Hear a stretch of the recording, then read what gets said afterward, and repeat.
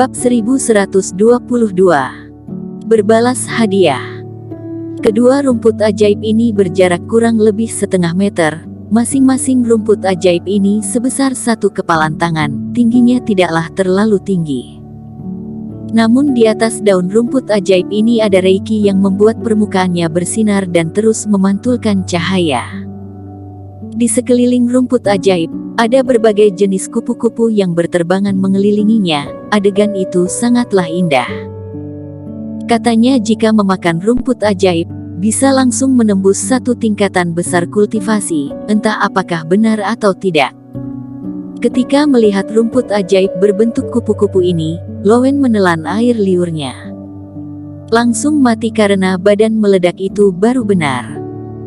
Erik tertawa, dia juga terlihat sedikit kecewa. Saat ini yang paling dibutuhkan oleh dirinya adalah rumput roh yang bisa memulihkan kerohanian. Namun kedua tanaman ajaib di sini jelas bukan termasuk dalam kategori itu.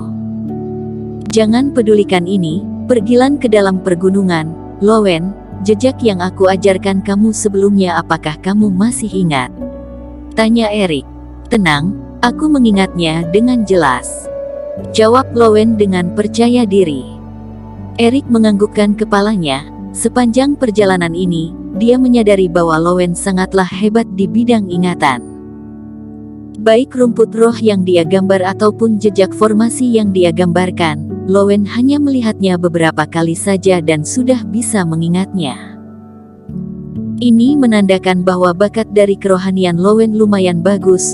Dia punya bakat di bidang formasi, namun karena di sini, jika tidak ada bantuan orang hebat ataupun beruntung sekali, bakatnya ini akan terpendam selamanya. Bagaimanapun juga di dunia ini, ada terlalu banyak jenius. Jalur roh seperti Lowen begini tidak ada ahli formasi yang bisa mendidiknya. Kali ini, kamu harus menggabungkan semua jejaknya. Erik membawa Lowen dan lainnya ke sebuah tempat. Dia menggambar sebuah kerangka jelas di lantai. Apakah ini adalah formasi roh? Ketika menyadari formasi yang digambar oleh Erik, Lowen terlihat sedikit kaget. Erik, maksudmu aku boleh menggambar formasi roh? Benar, kamu ada bakat di bidang ini, kata Erik sambil menganggukkan kepalanya. Lowen sangatlah kaget, dia sulit untuk percaya. Sebelumnya Erik hanya mengajarinya jejak-jejak keping-kepingan saja. Meskipun dia penasaran namun karena kepercayaannya terhadap Erik, dia mengingatnya saja. Namun dia tidak pernah menyangka bahwa gabungan dari kepingan itu adalah sebuah formasi. Mulailah, apakah bisa menolong temanmu atau tidak, semua bergantung padamu. Erik menepuk bahu Lowen. Yang dia berikan kepada Lowen hanyalah sebuah formasi untuk bersembunyi yang sederhana. Asalkan Emmet dan lainnya tiba di lokasi ini dan kerohanian mereka menyapu area ini, mereka pasti bisa menyadari keberadaan formasi ini. Namun mereka demi rumput ajaib, mereka tidak akan menyapu area pergunungan ini dengan kerohanian. Jika tidak, sekali menyapu ini semua, dengan level kerohanian mereka pasti akan kelelahan parah. Erik, kamu mau kemana? Melihat setelah dirinya membentuk formasi, Erik langsung mau pergi. Lowen terasa sedikit tegang. Pergi melakukan apa yang seharusnya dilakukan. Mereka bernai-nai memperlakukan kita seperti begini, apakah mau dibiarkan begini saja? Erik tertawa dan berjalan keluar dari tempat ini. Masalah ini telah berubah. Jika hanya Maddox berdua, dirinya asal hajar langsung sudah bisa menang. Namun musuhnya berubah menjadi 5, dia harus menggunakan lebih banyak trik lagi. Bagaimanapun juga dia juga merasakan bahwa Maddox dan Emmet juga masih ada trik yang disimpan terus. Dan mereka juga menyiksa semua orang begitu lama.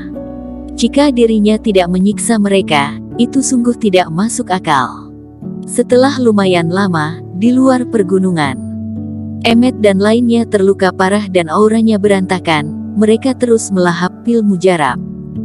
Ada seekor monster ular besar yang terjatuh di hadapan mereka. Di sekeliling kelima orang ini, ada banyak mayat monster ular, darahnya nyaris meresap hingga ke bawah tanah. Dasar bajingan ini, mengapa bisa menyerang kita?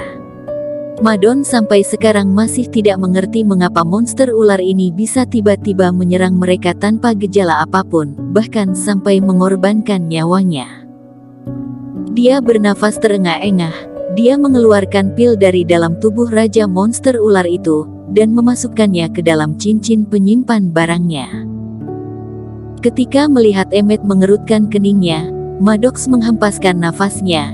Dia berkata, membunuh monster ini membuatku menggunakan benda berharga dari sesepuhku, pilnya kasih aku, barang lainnya kasih kamu. Adik seperguruan terlalu banyak berpikir, aku tidak mengatakan apapun. Rasa tidak puas di wajah Emmet menghilang dalam sekejap, namun dia tersenyum, dia menyimpan bagian berharga lainnya dari monster ular raksasa ini. Kita sudah kurang lebih istirahatnya, kita sudah seharusnya pergi mengambil rumput ajaib berbentuk kupu-kupu kan. Aku lihat para pejuang itu masih ada yang hidup, mereka tidak akan langsung pergi duluan di saat kita melawan monster kan. Kata Andis sambil mengerutkan keningnya. Mereka juga tidak punya nyali, namun untuk lebih amannya, kita pergi istirahat di dalam area pergunungan dulu. Kata Maddox. Emmet juga menganggukkan kepalanya. Mereka berlima berjalan masuk ke dalam area pergunungan. Dan ketika melihat ke dalam area pergunungan, kedua rumput ajaib berbentuk kupu-kupu masih ada, dan ekspresi mereka langsung lega. Sesuai dengan catatan, ketika rumput ajaib berbentuk kupu-kupu benar-benar mekar, itulah saat efek obatnya paling bagus. Kalian lihat kedua bunga ini. Mungkin beberapa hari lagi akan mekar, kita tunggu di sini beberapa hari saja. Emmet melihat rumput ajaib dan menyarankan. Tentu saja, jika efek obatnya tidak maksimal dan mengambilnya juga tidak ada gunanya, kita bukankah datang demi rumput ajaib yang utuh? Kata Maddox. Value dari rumput ajaib ini sangatlah bergantung pada tingkat kematangannya. Sebuah rumput ajaib yang matang total jauh lebih berharga daripada yang lainnya, karena sebuah rumput ajaib yang benar-benar matang, reiki di dalamnya akan bertambah drastis. Bahkan monster ular saja juga mengerti untuk menunggu kematangan rumput ajaib ini, mereka tentu saja lebih mengerti bahwa ini tidak boleh dipaksa. Dan di sini ada kabar rumput ajaib hanya diketahui oleh dua rombongan saja. Mereka juga tidak takut didatangi orang lain. Emmet dan lainnya lalu berkemah di dalam pergunungan. Di luar area pergunungan, meskipun monster ularnya sudah mati, namun aura yang dibentuknya tidak akan langsung hilang. Mereka juga tidak khawatir ada iblis monster lainnya langsung menyadari tempat ini. Kedudukan mereka berlima sama, dan tentu saja tidak ada orang yang disuruh-suruh. Oleh karena itu mereka bergantian untuk dijaga di depan area pergunungan. Hingga malam keesokan harinya, giliran seorang pemuda bermarga Zhang yang menjaga, namun terjadi sesuatu. Adik seperguruan, mengapa masih belum pulang? Tunggu hingga pagi hari keesokan harinya, Emmet awalnya menyadari ada yang aneh. Adik seperguruan yang ikut dengannya ini seharusnya sudah pulang dari awal jika mengikuti waktu ini, namun saat ini sudah tidak ada jejak lagi. Hingga keluar dari area pergunungan, saat ini juga tidak bisa menemukan jejak orang ini. Maddox, apakah kalian keluar kemarin malam? Emmet melirik mereka berdua. Kakak seperguruan Zuo, apa maksudmu? Apakah curiga aku membunuh adik seperguruan Zhang? Tanya Maddox mengerutkan keningnya. Di sini hanya ada kita beberapa orang saja, jika tidak berhubungan denganmu, apakah mungkin Erik? Kata Emmet sambil mencibir. Tentu saja ini hanyalah sindiran dia saja, bagaimanapun juga mereka merasa bahwa Erik dan lainnya sudah mati, bahkan mayatnya juga sudah musnah karena kabut hitam itu. Jadi adik seperguruannya terjadi masalah. Dia langsung terpikiran bahwa Maddox yang melakukannya. Oh, aku mengerti. Maddox mencibir, kalian sekarang ingin ingkar janji dan sengaja menyuruh adik seperguruan untuk pergi terlebih dahulu dan mencari alasan untuk main tangan. Masih membawa-bawa Erik, Sekalipun bocah itu masih hidup, bagaimanapun juga dia juga bukanlah lawan bagi adik seperguruan. Kata Andis. Diamlah, menurutku kalian membunuh adik seperguruan, dan ingin melemahkan pihak kami, dan beraksi. Seorang adik seperguruan di samping Emmet juga berkata sambil menghempaskan nafasnya. Memfitnahku harus mengeluarkan bukti, jika tidak jangan salahkan aku berubah pikiran. Kata Maddox mencibir. Suasana seketika berubah menjadi tegang, mereka berempat sudah memegang senjata.